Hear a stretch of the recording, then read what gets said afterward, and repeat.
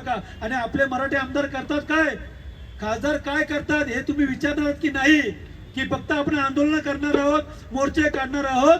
आता खऱ्या अर्थाने मी पुन्हा सांगतो, मराठ्यांनी ज्या दिवशी मराठ्यांचे होतील, माझे वाक्य लक्षात ठेवा, ज्या दिवशी मराठ्यांचे होतील त्या दिवशी आरक्षण मिळेल. कारण काय झालंय, आपला मेंढरांचा कलप झालाय. तो भाजपवाला हकलतोय, शिवसेनेवाला हकलतोय, राष्ट्रवादीवाला हकलतोय, काँग्रेसवाला हकलतोय. अरे वाघाची जात आपली होती, आज मेंढरांचा कलप झालाय. का आपण प्रश्न विचारत नाही आपल्या पक्षाच्या नेत्याला, का देत नाही आरक्षण? आज जे महाराष्ट्रात चाललंय अतिउत्तम चालू आहे. प्रत्येक आमदाराला बंदी केलेली आहे, खासदाराला लोकप्रतिनिधी बंदी केले. आपल्याला स्थानिक स्वराज्याची गरज नाही, म्हणजे सरपंच, नगरसेवक, झेडपी हे कायदा करू शकत नाही. कायदा कोण करणार? विधिमंडळ किंवा लोकसभा.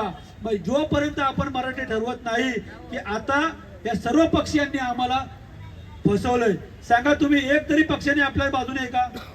मी चुकत असेल सांगा, मी माफी मागून इथून निघून जाईल. आहे का? सर्व पक्षापैकी एक तरी पक्ष, म्हणजे सर्व पक्ष आपल्या बाजूने नाहीये.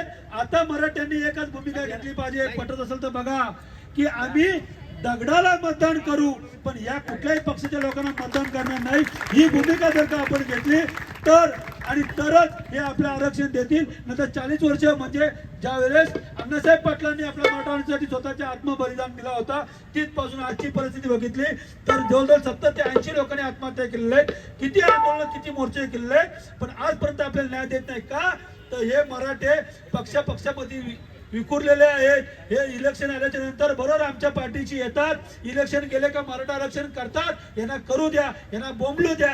हीच भूमिका आजपर्यंत राजकीय पक्षांना वाटते.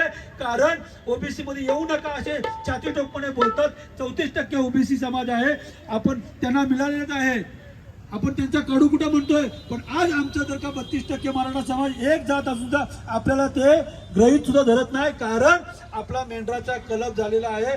तो जर का बदलायचा असेल तर आता आपण ठरलं पाहिजे. आम्ही नोटाचा उपयोग नाही. काही लोक बोलतात आम्ही बहिष्कार टाकू. अरे बहिष्कार टाकूचा उपयोग काय?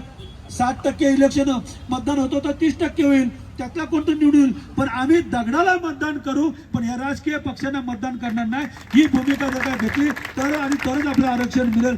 एवढंच बोलतो. मला 4 मिनिटं दिले, कधी 5-6 मिनिटं झाले असतील, पण आपण का आणि कशा